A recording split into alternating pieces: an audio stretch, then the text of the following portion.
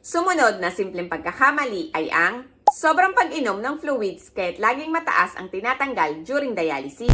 Kapag sobra ang inyong iniinom na tubig, nagkokos ito ng edema o manas sa paa o binti, tubig sa baga na nagkokos ng hirap sa paghinga, mataas na blood pressure, at nakakaapekto ito direkta sa puso. Kapag laging mataas ang inyong timbang, mas mataas ang tatanggalin ng makina at mas mahihirapan ang inyong puso. Kaya't ina-advise lang ng inyong nephrologist at dialysis nurse na 1 liter per day lamang ang inyong fluid intake. Kasama na ang sabaw, juice, at kape.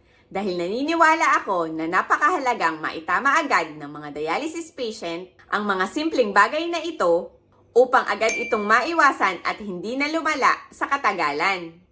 Dahil ang kalaban natin dito ay ang kakulangan ng kaalaman na nagiging sanhi ng mga complications sa mga dialysis patient na maaari namang maiwasan.